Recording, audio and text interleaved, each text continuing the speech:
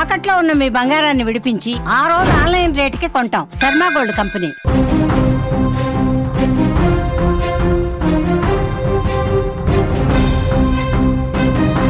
Breaking news చూస్తున్నాం. కడప అశోక్ నగర్ లో దారుణ హత్య జరిగింది. కొడవలితో అల్లుణ్ణి మామ నరికి చంపాడు. చేతులు కట్టేసి అల్లుణ్ణి నరికిన వైనం కనిపిస్తోంది. అక్కడ భార్యాభర్తల మధ్య గొడవల నేపథ్యంలోనే ఈ హత్య జరిగినట్లుగా సమాచారం. మృతుడు సయ్యద్ చాంద్ బాషాకు 3 సంతానం కూడా ఉన్నారు. 20 రోజుల క్రితమే కువైట్ నుంచి వచ్చిన నిందితుడు. కడపలో దారుణ హత్య జరిగింది. చేతులు కాళ్లను తాళ్లతో కట్టేసి కత్తి కొడవలతో దారుణంగా ఓ వ్యక్తిని నరికి చంపాడు మామ. ఇంత కిరాతకంగా హత్య చేసింది ఎవరో కాదు, పిల్లనిచ్చిన మామే అల్లుణ్ణి అంతమొందించాడు. తన కుమార్తెతో ఉన్న విభేదాల కారణంగానే ఈ హత్య జరిగింది. 20 రోజుల క్రితమే నిందితుడు కువైట్ నుంచి అల్లుణ్ణి లేపేశాడు.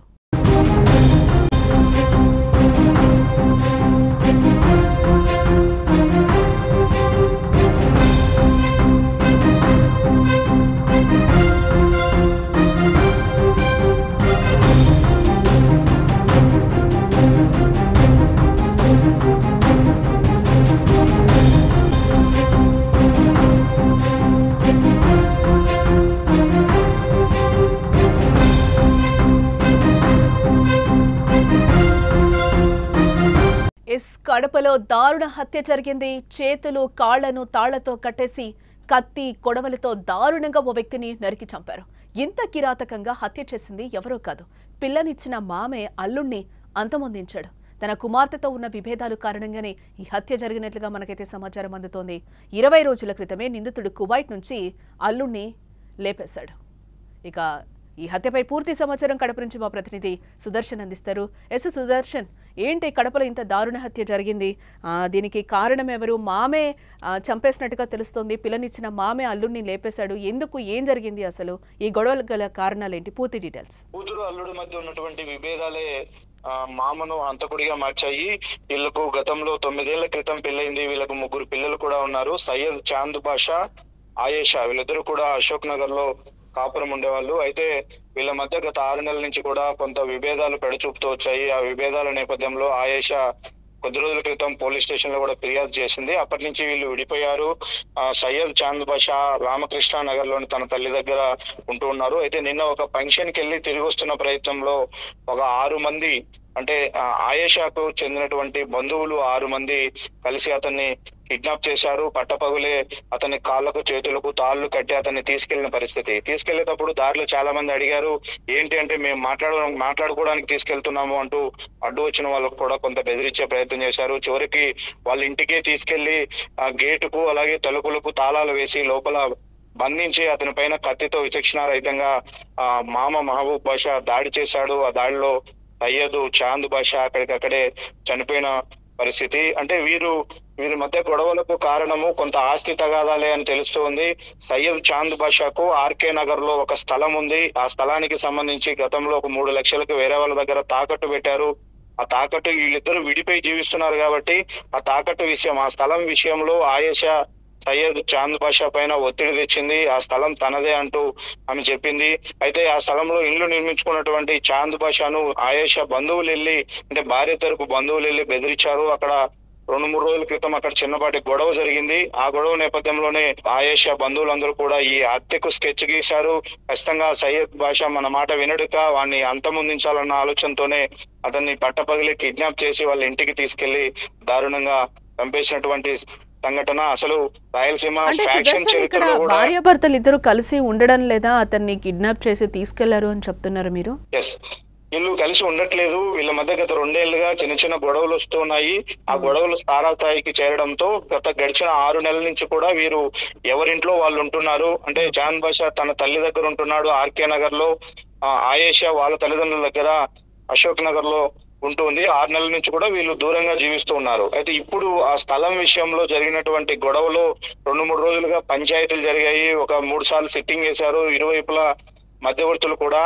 అయితే కొద్ది రోజులు గ్యాప్ ఇచ్చిన తర్వాత దీన్ని పరిష్కరిద్దామని మధ్యవర్తులు అనుకోని గ్యాప్ ఇచ్చిన్నారు. ఆ గ్యాప్ లోనే ఈ హత్యకు స్కెచ్ గీసినట్టుగా మనకు సమాచారం అందుతుంది. అసలు రాయలసీమలో ఫ్యాక్షన్ గొడవలు గతంలో ఉండేటి, అలాంటి ఫ్యాక్షన్ నేపథ్యం ఉన్న వాళ్ళు కూడా ఇంత దారుణంగా హత్యకు పాల్పడరు. ఇది చూస్తూ ఉంటే చాలా అమానుష్యమైనటువంటి సంఘటన.